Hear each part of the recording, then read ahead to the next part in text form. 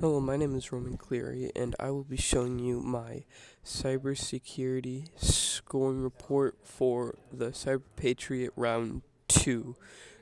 Me and my partner worked on Debian 11, and this is just some basic stuff that we did. So, this is the first. We had forensic questions, and they weren't super easy, but they weren't super hard either. But what we did was, for the first one, they found a antivirus in the back door is running on a system, so that means they can listening to what is happening to the ports and can see every single thing that's going on. And so and so this this explains what all those fancy terms are, and in order to just gain more knowledge about it, just click the links that I have provided.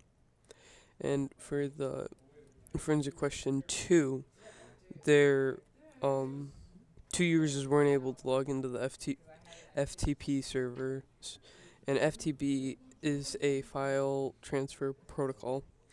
It's a standard on all protocol.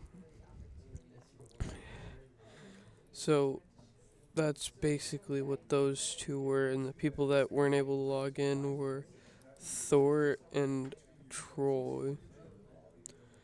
Um, User management. We found a couple of users that were unauthorized in the you guys' company system.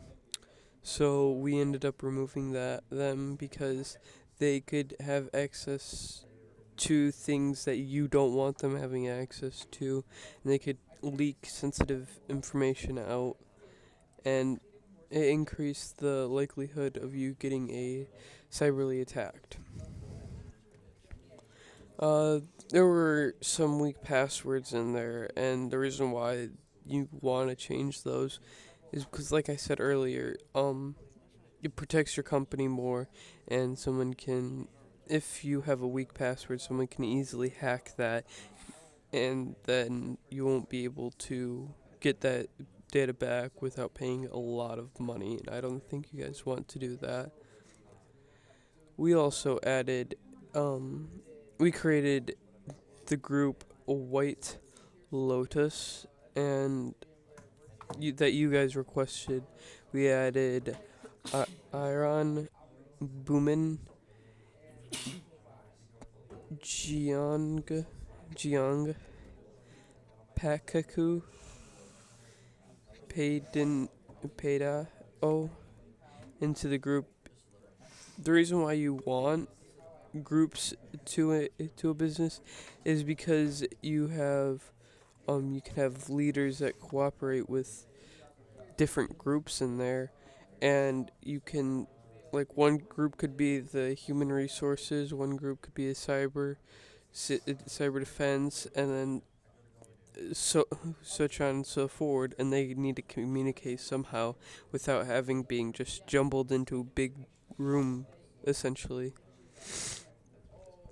um Policy management.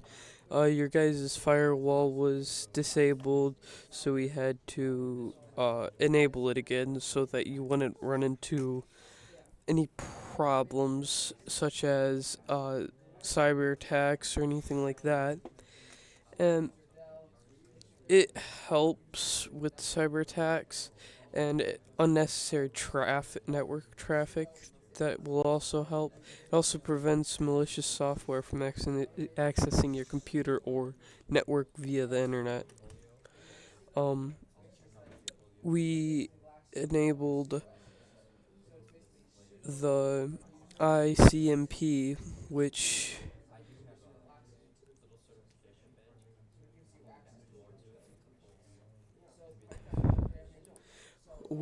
would help with it helps protect yourself from amplified attacks, ignoring pings, which is just pretty much a network requesting for access. to your guys' system. Now for the updating software applications. The operating system, we tried to internally update your system, but it was already up to date, so that was very good on your behalf.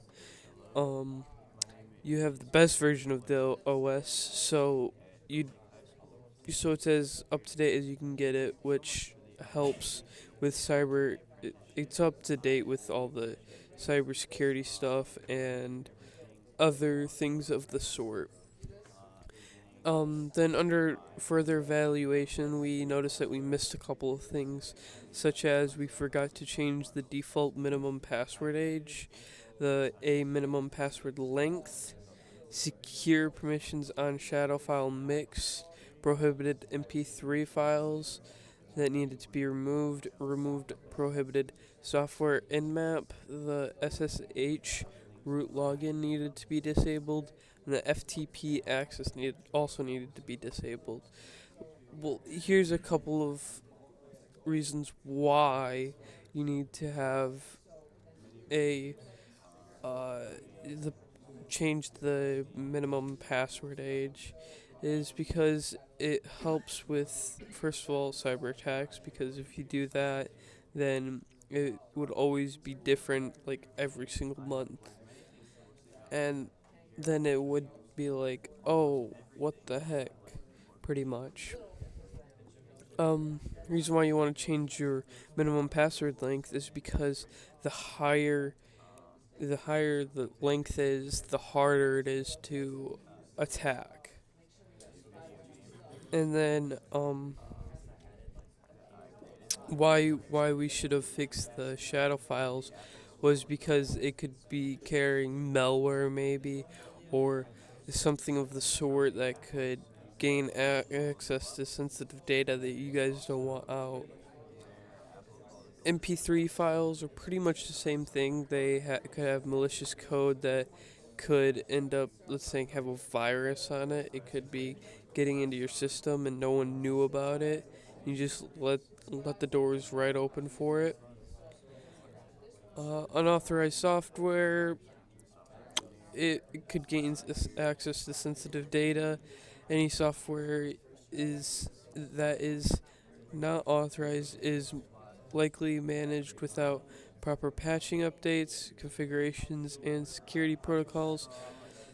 Which that means is that you guys aren't paying attention to it, so that it could go to the next step and end up having information that you guys don't want out again, because no one's paying attention to it, and so no one's gonna check for the updates on those or anything.